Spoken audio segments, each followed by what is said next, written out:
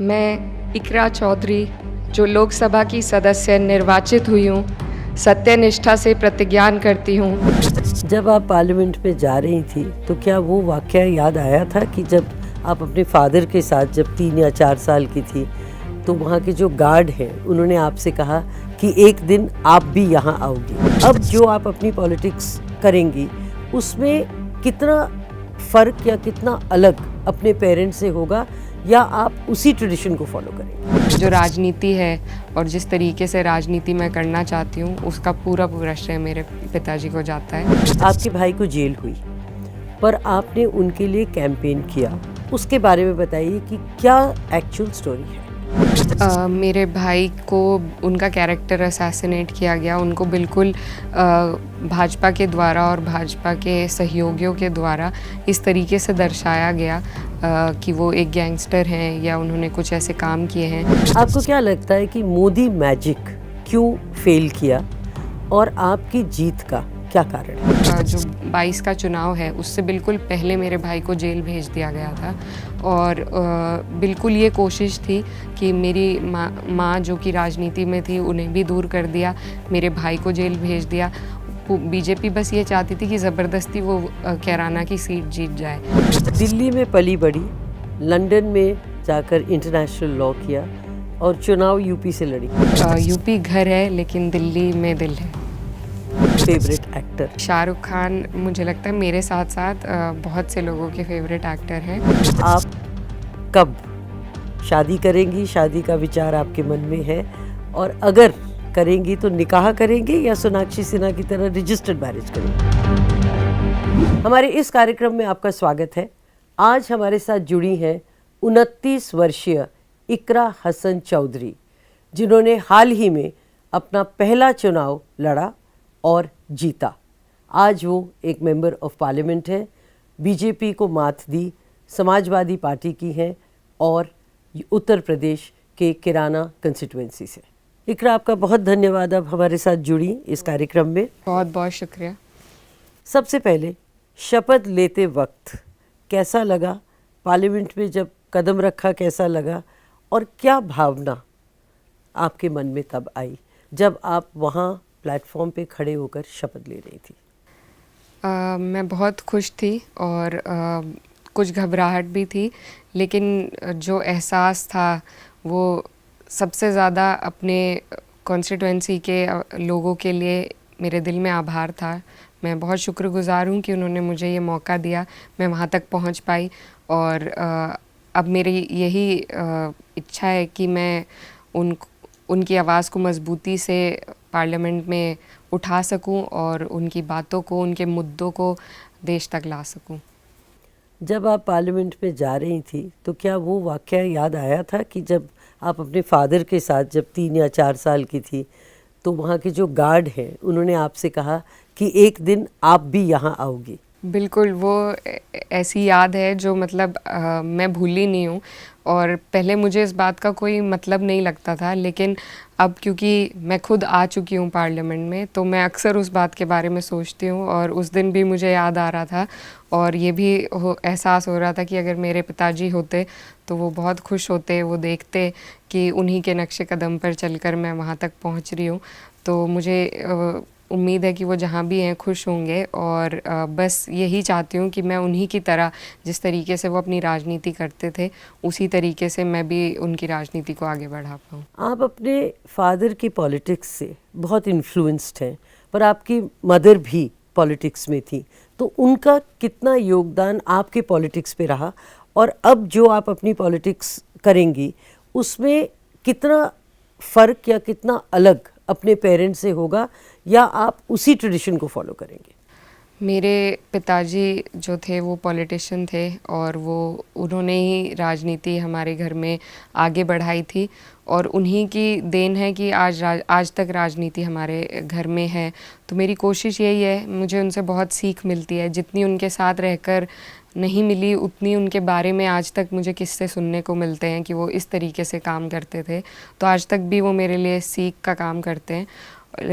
उनसे बहुत अलग है मेरी जो मदर हैं, उनका इन्फ्लुएंस वो उन्होंने हमें संभाला है एक ऐसे वक्त में जब बहुत कुछ चला गया था हमारी ज़िंदगी से।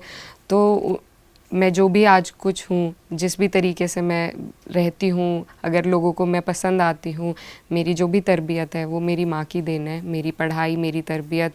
तो आज वो सब उन सब चीज़ों का श्रेय मैं अपनी माँ को देना चाहूँगी। लेकिन जो राजनीति है और जिस तरीके से राजनीति मैं करना चाहती हूँ, उसका पूरा पूरा श्रेय मेरे पिताजी को जाता है। और उनके वक्त में और आज के वक्त में बहुत फ़र्क है। अब राजनीति बहुत बदल गई है। उनके वक्त में अगर आप सरकार में नहीं भी होते थे तो आपकी बहुत बात मानी जाती थी, सुनी जाती थी। लेकिन अब वो जो स्तर है वो घट गया है बहुत तरीके से। तो बहुत कुछ बदलाव आया है, लेकिन हम अब भी संघर्ष करेंगे और कोशिश करेंगे कि हम अपने लोगों की आवाज़ को दबने ना दें। आपके भाई को जेल हुई, पर आपने उनके लिए कैंपेन किया और आपने ये कहा कि जो स्टोरी है या जो कहा जा रहा है, स्टोरी उससे बहुत अलग है। उसके बारे में बताइए कि क्या एक्चुअल स्टोरी है। मेरे भाई को उनका कैरेक्टर असैसिनेट किया गया। उनको बिल्कुल भाजपा के द्वारा और भाजपा के सहयोगियों के द्वारा इस तरीके से दर्शाया गया कि वो एक गैंगस्टर हैं या उन्होंने कुछ ऐसे काम किए हैं। लेकिन वो 3 बार के विधायक हैं एक ही कॉन्स्टिट्यूंसी से। लगातार तीसरी बार चुने जाना, मुझे नहीं लगता लोग इतने पागल हैं कि वो किसी ऐसे व्यक्ति को बार बार चुनेंगे। तो उनके बारे में हमारे क्षेत्र के लोग बहुत अच्छी तरीके से जानते हैं किस तरीके से वो काम करते हैं, अपने लोगों के लिए किस तरीके से लड़ाई लड़ते हैं। उन पर कोई भी व्यक्तिगत केस नहीं है, उन पर सारे केस इसी प्रकार के हैं कि उन्होंने अपने लोगों की आवाज़ उठाई और उस आवाज़ उठाने में प्रशासन के द्वारा उन पर केस हुआ। तो ऐसा नहीं है कि कोई अपने पर्सनल उन्होंने फ़ायदे के लिए उन पर मुकदमे लगे हों। तो वो बहुत दिल से राजनीति करते हैं, अपने लोगों के लिए लड़ते हैं और ये बात वहाँ के लोग अच्छी तरह समझते हैं, तभी उन्हें तीसरी बार बनाया है। तो इसीलिए मैंने कहा कि कहानी बहुत अलग है। और जिस दौरान जो 22 का चुनाव है उससे बिल्कुल पहले मेरे भाई को जेल भेज दिया गया था और बिल्कुल ये कोशिश थी कि मेरी माँ जो कि राजनीति में थी उन्हें भी दूर कर दिया, मेरे भाई को जेल भेज दिया। बीजेपी बस ये चाहती थी कि ज़बरदस्ती वो कैराना की सीट जीत जाए। लेकिन इतना होने के बावजूद भी वहाँ के लोगों ने मेरे भाई को जेल में बैठे बैठे जिताया। तो ये लोगों का प्यार है और वो जानते हैं किस तरीके से मेरे भाई काम करते हैं और किस तरीके के वो व्यक्ति हैं। और उन्होंने बहुत करारा जवाब भाजपा को दिया है। 30,000 के करीब वोटों से मेरे भाई विधानसभा चुनाव जीते थे। तो मुझे लगता है वो तमाचा जनता ने खुद दे दिया है बीजेपी को। दिल्ली में पली बड़ी, लंदन में जाकर इंटरनेशनल लॉ किया और चुनाव यूपी से लड़ी। जी दिल्ली में मेरी बचपन से मैं दिल्ली रही हूँ, स्कूलिंग कॉलेज सब यहीं से हुआ है। लेकिन लंदन तो मैं सिर्फ एक मास्टर्स के लिए गई थी, तो ज़्यादा सिर्फ मास्टर्स के लिए जी, तो एक 1.5 साल के लिए और फिर कोरोना हो गया था तो मुझे। और वहाँ CAA की लड़ाई लड़ी आपने। लड़ाई तो यहाँ लड़ी जा रही थी, हम जो भी सपोर्ट उस टाइम हो सकता था क्योंकि हम अपने मुल्क नहीं आ सकते थे। तो वहीं से जो हमारे लोग यहाँ पर जिस कानून को लेकर परेशान थे, हम सभी ने वहाँ पर प्रयास किया कि हम भी उसमें अपना कोई योगदान दे सके। तो वही एक छोटी कोशिश थी जो सबको देखने को मिली। और यूपी घर है और मेरे जो पिताजी हैं उनकी खून पसीने की मेहनत है, उनकी कर्म भूमि है, मेरी कर्म भूमि बन गई है। तो यूपी घर है लेकिन दिल्ली में दिल है। दिल्ली में दिल है, दिल्ली में दिल लग गया है आपका? बिल्कुल, दिल पहले से लगा हुआ था। अब बस कुछ बड़े लोगों के बीच में बैठने का मौका मिला, पार्लियामेंट में बैठने का मौका मिला, तो वो सब अभी नया है और वहाँ के तौर तरीके नए हैं जिनको सीखने की कोशिश है। लेकिन वैसे तो दिल्ली से पुरानी जान पहचान है ही। आपके सोशल मीडिया पे बहुत सारे फॉलोअर्स हैं। सोशल मीडिया से कितनी मदद मिली आपको इलेक्शन में?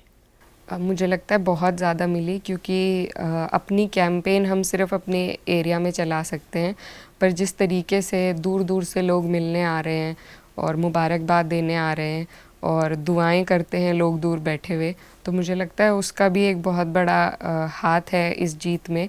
तो मैं सभी का शुक्रिया अदा करना चाहती हूँ जिन्होंने भी मेरा किसी भी तरीके से सपोर्ट किया है, और बस यही मेरी कोशिश है कि मैं उन सब की उम्मीदें जितनी भी हैं उन पर खरी उतर सकूँ और सबकी आवाज़ बन सकूँ। आपको क्या लगता है कि मोदी मैजिक क्यों फेल किया और आपकी जीत का क्या कारण है? मोदी मैजिक इसलिए फ़ेल किया क्योंकि वो अब सिर्फ हवा में रह गए थे, हवा में ऑपरेट कर रही थी बीजेपी। उनका ना तो लोगों से कोई जुड़ाव रहा था, ना लोगों के धरातल के मुद्दों से कोई जुड़ाव रहा था। तो इसलिए मुझे लगता है कि ऊपर ऊपर से वो अपना जादू चलाना चाह रहे थे और वो जनता तक नहीं पहुंच पाया। उन्हें 2 टर्म का वक्त मिला, डबल इंजन की सरकार मिली, लेकिन उसके बावजूद आज तक वो किसानों का एमएसपी भी तय नहीं कर पाए हैं, और आय दुगनी करने की उन्होंने बात करी थी। मैं इसलिए ये कह रही हूँ क्योंकि मेरा जो क्षेत्र है वो किसान बहुल्य क्षेत्र है, वहाँ पर हर जात बिरादरी के लोग खेती बाड़ी करते हैं। तो और वहाँ पर ये बहुत बड़ी समस्या है, और एक बहुत बड़ा आंदोलन चला था जिसके बावजूद भी वहाँ के लोगों की समस्याओं का कोई निस्तारण नहीं हुआ। तो अगर आप सिर्फ अपने ही बबल में खो जाएंगे और आप जनता की फ़िक्र नहीं करेंगे, सिर्फ जीतने की फ़िक्र करेंगे, तो उनका हाल इसी तरीके से हो जाता है। थोड़ी कसर रह गई है, पर मुझे लगता है अगली बार वो भी पूरी हो जाएगी। आप बहुत सॉफ्ट स्पोकन है और आपने खुद कहा कि मैं बहुत ऊंचा नहीं बोल सकती। पार्लियामेंट में कैसे मैनेज करेंगी, क्योंकि आपकी तो आवाज़ दब जाएगी। जी बिल्कुल, अभी मैं ये देख रही थी और सोच भी रही थी वहाँ पर जिस तरीके से शुरुआत के दिन से ही हंगामा होने लगा। तो लेकिन मेरी आवाज़ ज़रूर कम है, लेकिन मेरी हिम्मत कम नहीं है, और मैंने बहुत विपरीत परिस्थितियों में काम किया है। तो मुझे लगता है कि मेरी हिम्मत इतनी जल्दी नहीं टूटेगी। थोड़ा वक्त लगेगा शायद वहाँ के तौर तरीके सीखने में, लेकिन मुझे ये जो मौका मिला है उसको मैं गंवाना नहीं चाहती। तो मेरी पूरी कोशिश रहेगी कि जिस भी तरीके से हो मैं लोगों की आवाज़ उठाऊँ, वहाँ पर उनके मुद्दे उठा सकूँ, और ज़रूरी नहीं है चिल्ला कर ही अपनी बात दूसरे तक पहुँचाई जाए। मुझे लगता है कि बहुत तरीके से भी आप अपनी बात पहुँचा सकते हैं। ऐसी बहुत सी महिलाएं हैं वहाँ पर जो बोलती हैं जब, तो सब सुनते हैं। तो अगर मुझे ऐसा मौका मिला कि इस तरीके से मैं बोल पाऊँ, तो मैं अपने लोगों के लिए वो करना चाहूँगी। So before I let you go, 2 personal सवाल। शाहरुख खान फेवरेट एक्टर, पहले उसका जवाब दीजिए, फिर मैं दूसरा प्रश्न पूछूंगी। जी, शाहरुख खान मुझे लगता है मेरे साथ साथ बहुत से लोगों के फेवरेट एक्टर हैं, और उन्होंने जिस तरीके से मुझे हमेशा आजकल जैसी पिक्चरें बन रही हैं पेट्रियटिज़म को लेकर, तो मुझे नहीं लगता शाहरुख खान से अच्छा कोई काम उस फील्ड में कर सकता है। और जब भी मैं बाहर भी रही हूँ, तो जब भी हिंदुस्तान का नाम लिया जाता है उसके साथ में शाहरुख खान का नाम ज़रूर आता है, खासकर विदेश में आप कहीं भी चले जाएं। तो मैंने बचपन से उन्हें देखा है, पसंद हैं, और न सिर्फ देखने में बल्कि मुझे लगता है वो बहुत अच्छा संवाद भी करते हैं, और उन्हें देखकर हमेशा सीखने को मिलता है। उनके इंटरव्यूज़ हों, चाहे उनके व्यूज़ हों, और मूवीज़ तो सभी को पसंद हैं। तो हमेशा से वही मेरे favourite actor. So no one like Shahrukh Khan? No one like Shahrukh Khan, and no one ever will be? I don't think so. Let me tread personal ground, and I wouldn't like to, but the viewers will kill me if I don't. Men in your life, and आप कब शादी करेंगी? शादी का विचार आपके मन में है, और अगर करेंगी तो निकाह करेंगी या सोनाक्षी सिन्हा की तरह रजिस्टर्ड मैरिज करेंगी? अभी क्योंकि काम में से टाइम कम मिल रहा है, फुर्सत कम मिल रही है, तो इन चीज़ों के बारे में अभी उतना विचार नहीं किया है। लेकिन जब भी होगा, जैसे भी होगा, तो सबके सामने होगा, सबको बताया जाएगा। अभी फ़िलहाल कोई ऐसा इरादा नहीं है, कोई ऐसी तैयारी नहीं है। अभी मैं बस सीखना चाहती हूँ कि ये जो मुझे नया रास्ता मिला है, नया ओहदा मिला है, इसमें कैसे मुझे काम करना है। और जब भी पर्सनल लाइफ में कोई भी नई चीज़ आएगी तो सबको बताया जाएगा। और निकाह या रजिस्टर्ड मैरिज के बारे में भी मैंने सोचा नहीं है, पर अगर मौका मिला तो दोनों भी कर सकते हैं। So no man in your life at the moment? जी नहीं। Iqra Hasan, thank you very much. आपका बहुत बहुत धन्यवाद हमारे साथ जुड़ने के लिए। Thank you so much.